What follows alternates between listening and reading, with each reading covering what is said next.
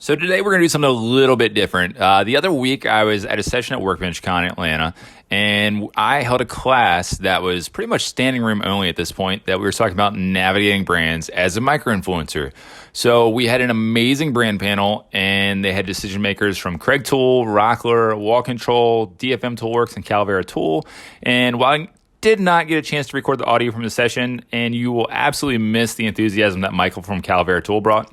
And I also think that it might be illegal to record people's questions and everything without them giving consent. So probably better I didn't record it. But what I'll do is we're going to run through this slide deck and pull out some high points, and we can help you hopefully grow a footprint and work and pitch with brands if you haven't had success so far. So things have changed, and this is kind of keeping up with that in my strategies and tips from the brands themselves on how to win when working with them. So we're gonna do audio and slides only at this point, and maybe you'll see my pretty face in another video. So let's get started here.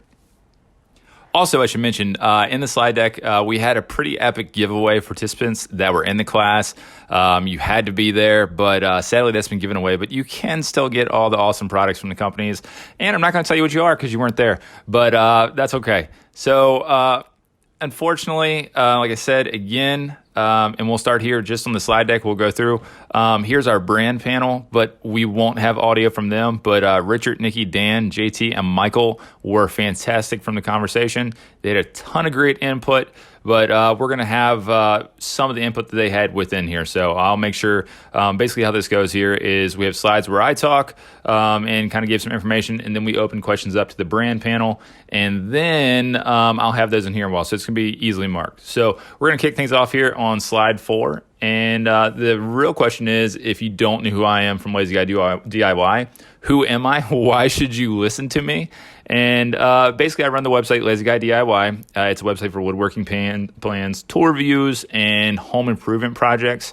I launched the site in 2016, and I quickly managed to gump my way through the industry and kind of get my footprint there. I signed my first tool partnership within actually a few months of launching my website, and then I quickly converted that into a partnership with Wall Control Inc., who I actually run their social media now, and I manage their brand ambassador team. So from that, I get to see both sides of things as an influencer and a brand.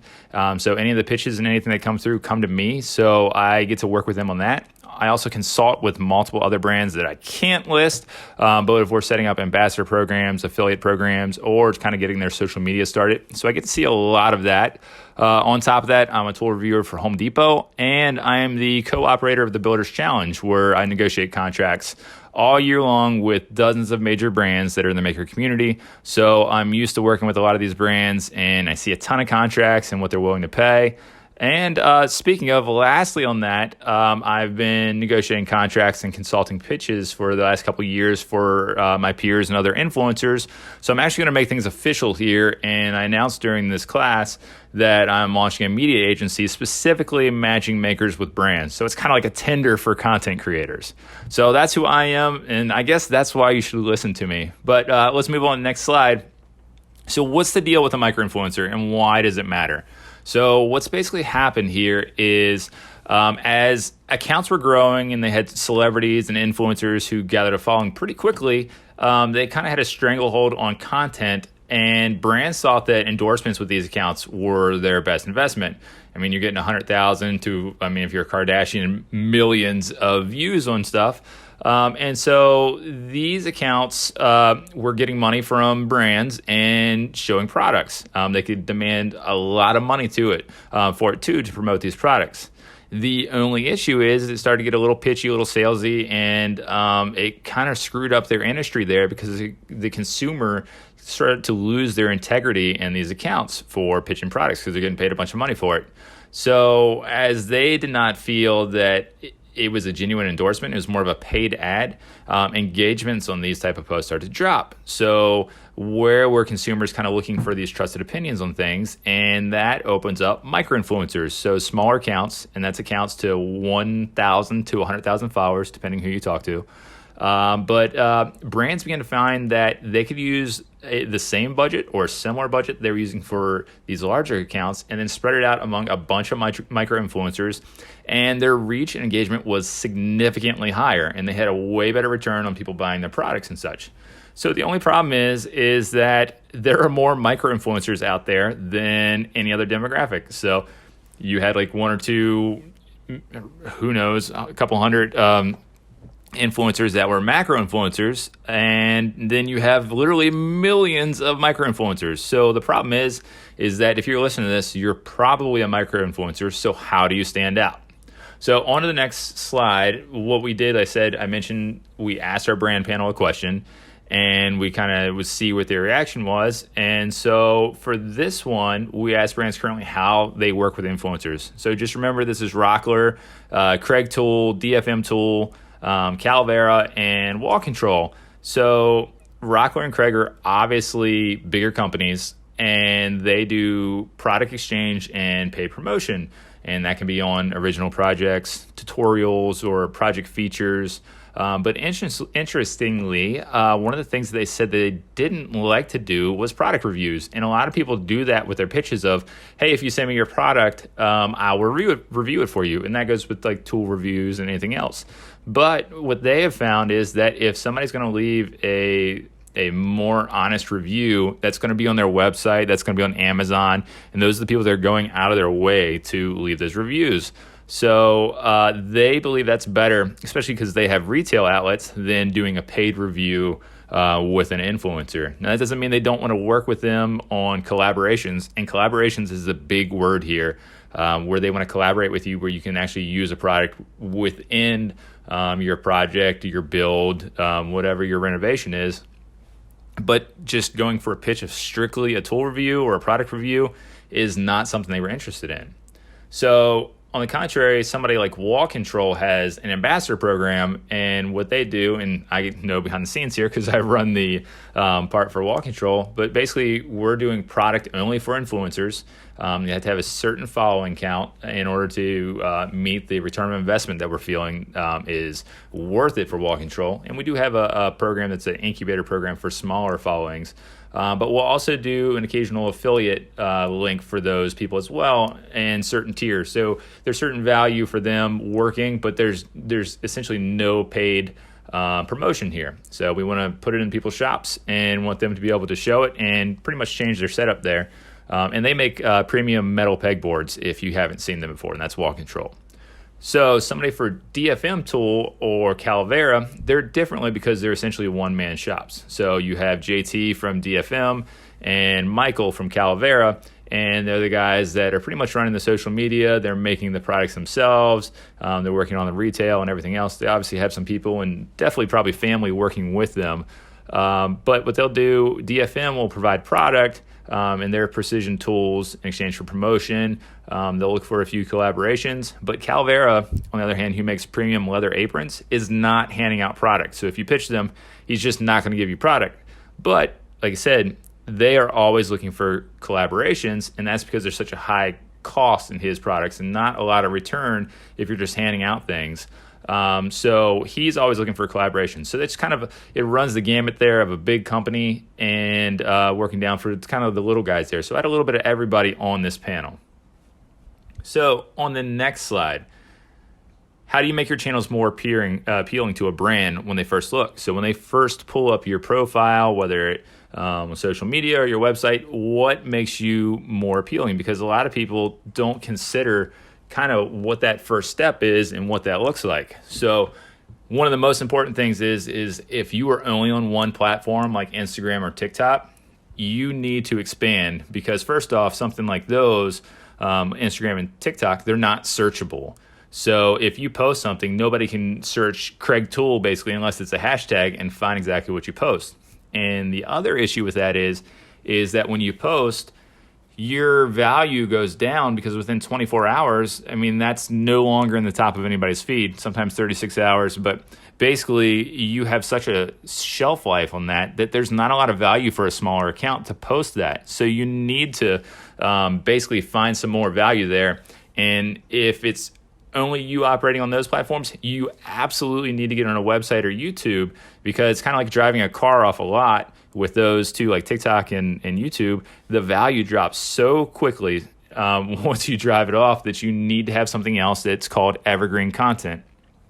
So websites And YouTube are substantial because that's searchable at any time in like a Google or Yahoo or whatever anybody's using these days to search, Bing, I don't know. But if you search, like in my case, I have a router sled, and when people search that for flattening slabs, it comes up towards the top because it's searchable. It may be 3 or 4 years old at this point, but they can find it anytime. It has my YouTube video. It has a link to my website for the whole listing on it. And most importantly, it has links in it.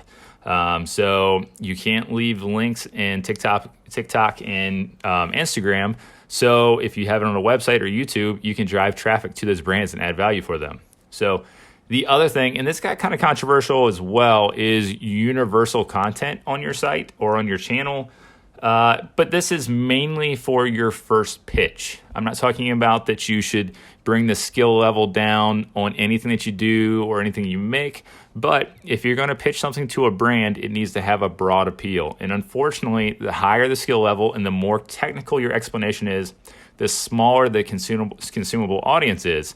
So this is where people got a little confused on this that were not in the class. But if you're going to pitch a brand, they want to get the most value and most return. So you got to give them the biggest audience. So as long as your content is easy to consume, there are people out there that are great at breaking down the most technical stuff so everybody can consume it and everybody can kind of take it in. But the more approachable it is and the easier it is to consume, the more valuable that is to a brand because they can market it to more people. So you can have absolutely a highly specific niche, but there are people, when you hear that, that have carved out, they can be successful there. They do, like, let's say, extremely high-end woodworking and furniture making and such. That's got a smaller consumable audience, but these people at this point have, I would say, they've built such a reputation there that they're the leader in that industry. And if you're a person that is a micro-influencer and you're just trying to establish yourself, going for something extremely high-end, something very difficult to do is not going to help you on that first pitch. So we're talking strictly about how to nail these first interactions. So you can keep all that stuff on your channel, but your pitch should be something that's appealing. And the other thing is quality of content. And a lot of people forget about this, but some people are so far ahead of their competition in terms of their production value, whether it's video, whether it's photography, and they may have small followings, but you don't have to use just your channel to sell yourself or to kind of sell something to a brand. What you can do is, if your content is high quality, you can sell that content to a brand. Now, it's not going to be for your channel, but you can take videos, you can take photography of their products for them, and then sell that to them at pretty much a higher cost than what you can providing something for your channel. So there's a higher revenue stream and a higher ceiling for you if you're able to produce quality content. And I know quite a few people now that they're not pushing anything for their channels, but what they're doing is they're selling strictly video to companies to use on their own stuff. And the reason for that is remember, if a brand were to go and they want to show off a product, they have to hire a production crew, they have to hire the photographer and videographer or whatnot. Sometimes they have to find a location, hire an actor or an influencer, and then they have to buy the rights to all that afterwards. So, you're talking tens of thousands and sometimes hundreds of thousands of dollars just for a photo shoot that goes into a magazine. So if you come up and you have an awesome video that looks really high end or great photography, you can charge a couple $1,000s for that. And it's easy for you to undercut a professional in the industry. I know it's terrible to say that, but in that case, as you as an influencer can be their go-to for that. So it is definitely something where you can share with them. So then also kind of dovetailing into what I said for number one of having that evergreen content, you want to be able to embed links to products for an infinite amount of time for a company. If you're putting it into, say, Instagram for a swipe up for a story, it's gone in 24 hours. You can have it in your profile. It's gone, and whenever you take it down, you're not going to leave it up there forever. But the whole point is with the brand is for you to drive traffic to their website where they can buy products, or a retail website. So if you have a website and you have a YouTube, you can embed those links. They're there forever. And plus, if it's an affiliate link, it's a great way to have a stream of revenue for you as well. So regardless of how big your website is, even if you're just starting out there, being able to have somewhere to send even your social media traffic to has a lot of value with a brand. So remember, you need to have more than one platform. You need to have an evergreen platform. You need to have content that is safe, appealing to a bigger audience. And remember, this is for your first pitch. Quality content that looks good. If your content isn't that great, it's okay. People like stuff as well. Brands like stuff as well, where they're just showing off the content and the product. So, and then make sure you're able to embed links. So after that, we went back to our brand panel and we asked them what they're looking for at a potential partner for their channel. Like what stands out to them when they look. And what they said overwhelmingly was authenticity. You can immediately tell what's a spam count. You can see who bolsters their channel just through giveaways or follows or who's buying followers. All that junk, brands know it immediately. In some cases, they're willing to work with those people. But really, this crew that we had with us here, they are looking for your authenticity as a brand of yourself and as a maker, what you stand for with your content, that it's clearly out there. And if it's not, if it's just a bunch of junk and it's just a repost site essentially, it's immediately a red flag. So your content should really relay the personality of your channel. Flat and uninteresting, it entices no one. So what this should be is pretty much your legitimate portfolio work. If you've only posted like 10 times, there's no guarantee that you're going to bail on them. They want to see that you've been posting for a while, that you're engaged, and this is for social media, website, whatever else, that you're pretty much dedicated to this. So if you have just recently launched your website, your YouTube, your whatever else in there, you really should bolster your following and have your portfolio out there before you start pitching brands.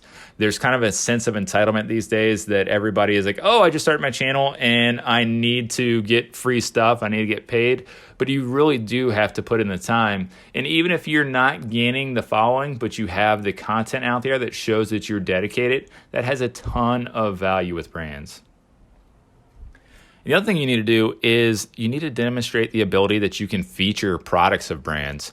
So let's just say that you are asking for a product and the only thing that you're doing is showing finished products.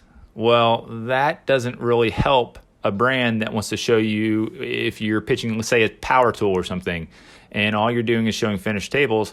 How are you possibly going to show off that power tool if you're never showing in any time of the behind the scenes in your content there? So you have to make sure that you can show off those tools or equipment or process, whatever it is, and not just finished images, because finished images are nice, but if you want to be able to feature something from a brand, you need to show your ability to show that stuff off. And the other thing that was very interesting that a lot of people don't think about that brands look for is, how do you interact with your followers? Do you just post and leave? Are you good at interacting? Do you have good engagement? How do you respond to negativity? And this was a big one that kind of surprised people in the class. If you're fighting and challenging people and you're really unprofessional, it stands out.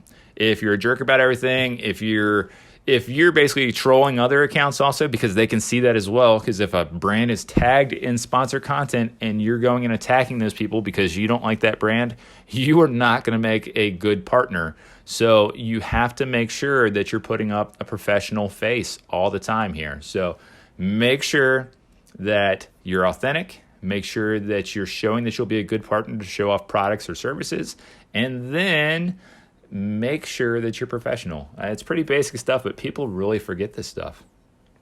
So on the next slide, slide 9, I quoted Kanye here because every time I've heard this, it makes me think. But Kanye said, "There's 1,000 of yous and there's only one of me." And that really applies to content creators and the brands, because if you're an influencer, you're unique, you're special, but how do you stand out in the crowd? And then if you're a brand, there are thousands of influencers that are coming up to you with their hand out. And how do you find the right match? So it goes either way here. It works perfectly.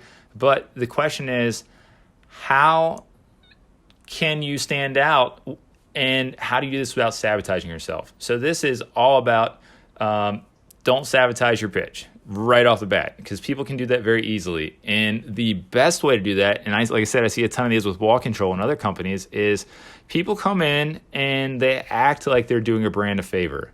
They say, hey, I'm going to give you so much exposure. And exposure is such a dirty word. I mean, chances are that your audience is smaller than theirs, and if it's not, that's okay. Good for you. But it sounds like when you're talking about that you're going to do exposure for them, that you're kind of setting yourself up for a misdemeanor. There's nothing wrong with sharing your general analytics up front. I generally make mine available upon request, but a lot of the information is already out there with minimal check-in. The second thing is, don't pitch on social media. Don't slide into somebody's DM here and give them an entire pitch. A DM is for gathering a contact. It's not for writing a book. And chances are that the person that's answering social media DMs is not the decision maker. In some cases it is. In most cases it's not. A lot of companies hire out or they have people on staff. So you're really wasting your efforts on them. So what you should be doing with social media, be it Twitter, and Twitter is actually a great way to contact brands because it's well established, it's a customer service thing, and they have to respond to all DMs. But Instagram works just as well, but you need to get an email address and a name for a real contact, and that's the real show there. You want to build a relationship with the brand and with the people in the brand, which means you also need a name. So don't copy and paste and send a DM to a brand saying, I'd like so-and-so and 10 miles long. It's obvious, it gets deleted, or you just get thrown to the bottom of the pile. Now, next, you know what's a dead giveaway that you aren't worth working with? And I just said this, is copy and paste it. It's blatantly obvious. Show some personality, show some character, but keep it personal. You want to be likable because this is a first date and your first impressions set the tone. So just remember this the whole time. And I talk to people and consult with them all the time. They say when you're talking to a brand, it is a first date. Just like in high school or college or wherever else, you need to make sure you're on your best behavior. You need to show or put your best foot forward, whatever sort of metaphor you want to have there. But your first impressions here is very important. And the last thing here, and this is the one that really hurts, is that your first pitch to a brand, absolutely do not talk about money. If you throw out a dollar figure and it's too high before anything else is discussed, you've already eliminated yourself from contention. Plus, at this point, think about it, because there's a million micro-influencers out there. At this point, at least 10 other people have probably given the same pitch in the last few minutes, week, or whatever, and they've offered to do it for free. So why would a brand decide to look further into working with you at this point? So save the financials for another date. And that can be date as in time or date as in going on a second date. So off of this, and this was kind of a fun one, and we didn't get everything on here, but we asked the panel a question. What are examples of pitches going really wrong? And immediately, we talked about before, there was that sense of entitlement with influencers that would demand product and threaten sort of that negative press if they didn't get what they wanted. And at no point will that ever work. Don't yell at brands. It's a terrible idea. So if anything, you'll pretty much get blacklisted with a bunch of other brands because they all talk to each other. A lot of them talk to each other. And for the love of God, do not cuss at a brand. I told this within the class also, is when I first started running the Wall Control account, some guy, and I won't say who it is, and it's an influencer that I knew. He wasn't aware that I was running Wall Control yet, but he did his first pitch and he had a couple beers or something in there, and he just started cussing like crazy in a DM saying how he wanted to get free stuff because he was important and everything else. So I immediately deleted that, DM'd him through my personal account and said, "Whoa, bro, we need to try again here." So we gave him a new pitch. Things were much better, especially when he wasn't drinking. You just need to be professional. And the other thing that the brand said at this point is, people like to do the "I'm about to" platform with their pitch. And when I say "I'm about to," it's "I'm about to launch a YouTube channel. I'm about to launch a website." And there is no value in a channel that does not exist. I'm sure it has loads of potential. Everybody talks about how it's going to blow up, but you're not exactly providing anyone with anything that they can see if it's not there. So if you're going to pitch a brand, start what you were going to do first. And even if it's smaller, you just need to show that portfolio again. So do that first. Don't pitch a brand about, "I'm going to build such and so. I need your product here. I need to do that." It's a waste of time, according to the brand panel. I have had some success in that before, but that was earlier on. So try to avoid doing that. All right, so next slide. So what makes a good pitch when it's time to reach out?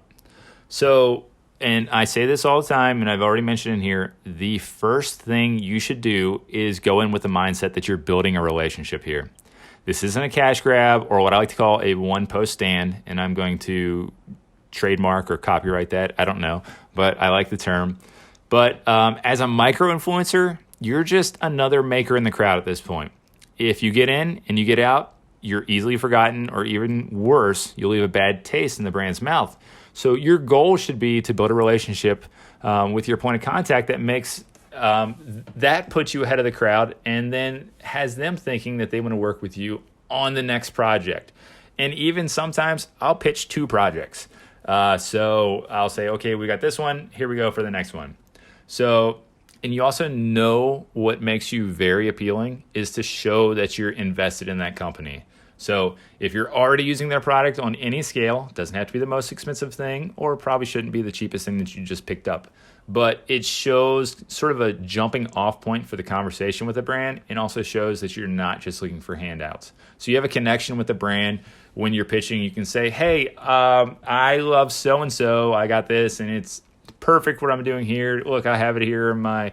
Make sure it's not the last thing you posted, but look here, I'll show you this project I did with it. So it's a jumping off point, and you can kind of relate because you're talking about their products in a good light. So it's a good connection to have.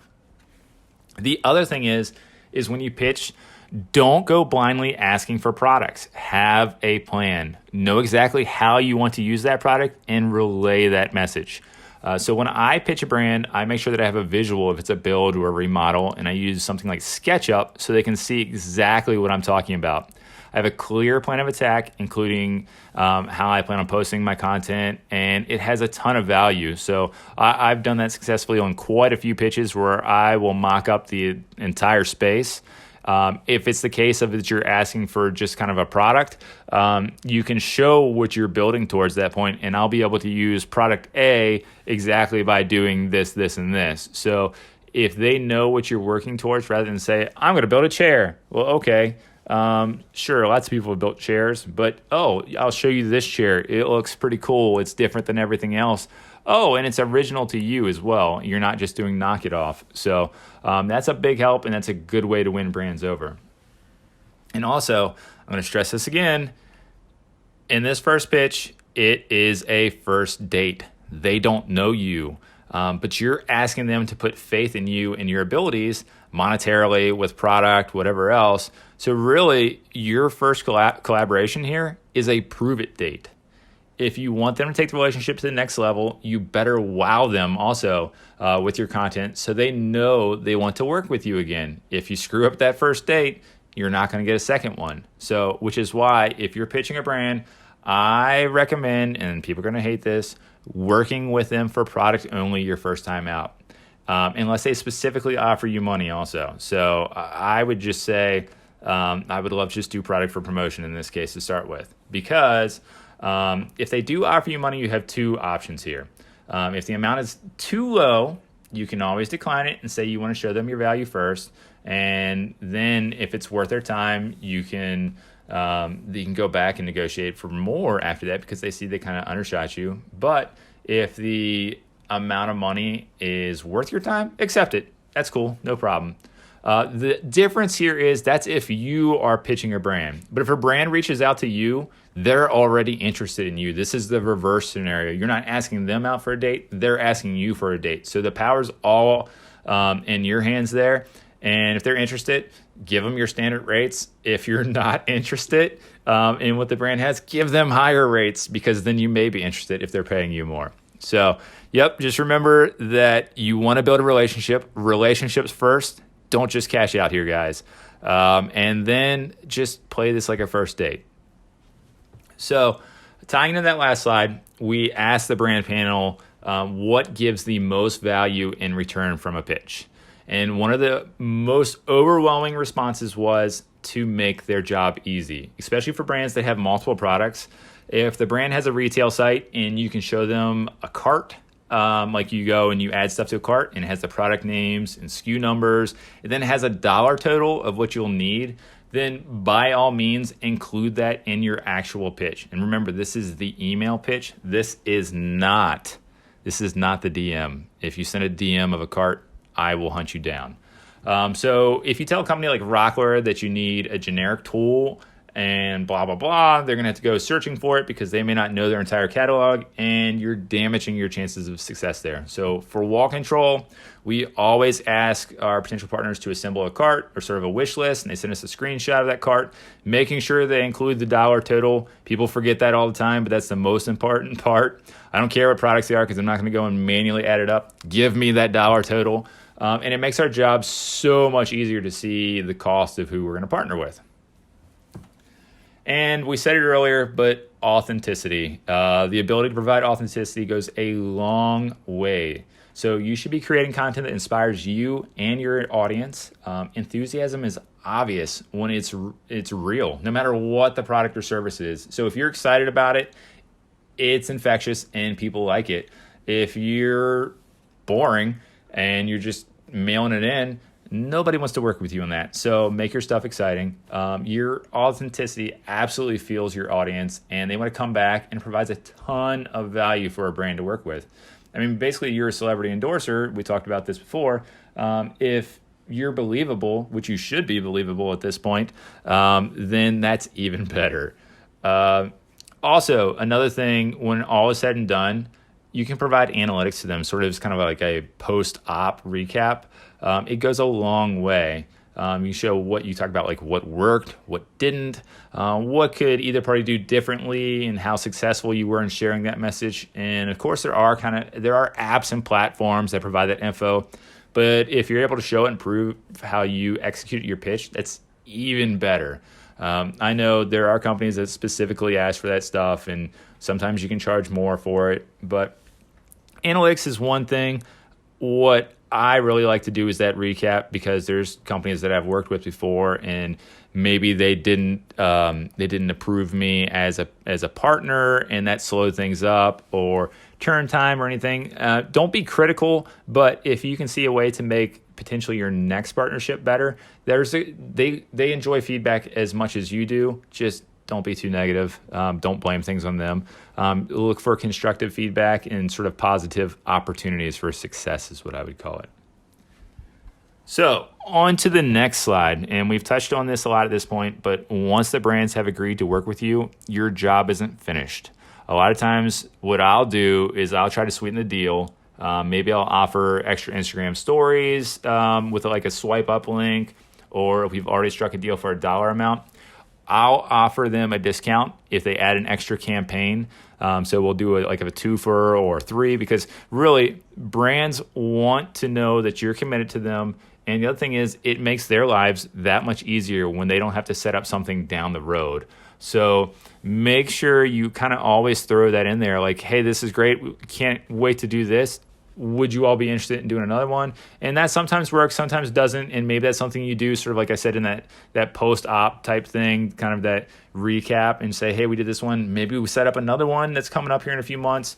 But it's okay to ask to work with them again. That's what they're looking for, is a partner to come back to, and not somebody that just posts and runs away.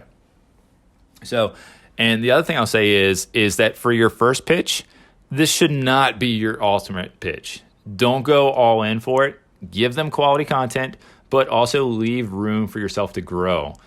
So it's important to know what you're worth at face value and not overstep. So if you've got like 1,000 followers, you probably shouldn't request $1,000 product to pitch in the pitch to start. But if you knock them out with kind of a lower dollar campaign, they'll be more willing to bump you up for the next one. So prove it on that first date, and then you go for the next thing. And that's that segue into the next pitch or the next campaign for them is, hey, we knocked this one out of the park. Let's do this next one, and this is what we need. Let's talk more about it. Or heck, if it's something where you can do multiple part series, this was the first part, and especially if it's like for a home renovation of some sort, then see if you can dovetail that in down the road also. So there's always opportunities to work more with brands, and they like it. And one of the last things I always like to do, either at the end of my deal or post recap, is ask them if they have anything new coming up that they want to promote. Do they have any new products? Is there a new campaign coming up? And you're not really asking for handouts, but they know these things that are coming up months or weeks in advance, and they're probably planning on that next campaign. So it's a great time to toss your name in there and sometimes get some new products that other people haven't received yet. So if you're a reviewer, it's good to have these ahead of time. But it also gets your foot in the door where you may not have been in that promotion in the first place. So that's kind of it for the slideshow here at this point. What we did was we did open up for a QA. We had it with the brands and myself, and we had a room full of 150, 170 people. And what's crazy is the class ended and people stuck around for another 45 minutes, and they were asking some very specific questions. So rather instead of basically rehashing those here to close this out, what I want you to do is I'll ask you to go to the comment section, post your questions there and that you might have running through your mind after this presentation. And then what we'll do is we'll try to answer them. So, and also give feedback. Did you hate this? Did you love it? Are you thirsting for some more knowledge? I'd love to hear what you say. If you're interested in checking out the influencer agency that I'm launching as well, I'll have more information on that coming soon and in the comment section. But really, I would love to hear your questions. I have plenty of knowledge of working with brands in the industry here. This is just kind of scratching on the surface, and there was a lot more that I said came from the class as well when reaching out to the brands. So post your questions here, how you want to work with the brands if you're an influencer. If you're on YouTube, just remember also hit the subscribe button for my channel. This is not my normal content, but it's something that I would potentially like to do. My normal content is tool reviews, woodworking, DIY plans. But if you all like this content, make sure you hit the subscribe button, hit that like button, and absolutely leave some comments, guys. I'll be happy to produce more. So thanks, and I hope you enjoyed this.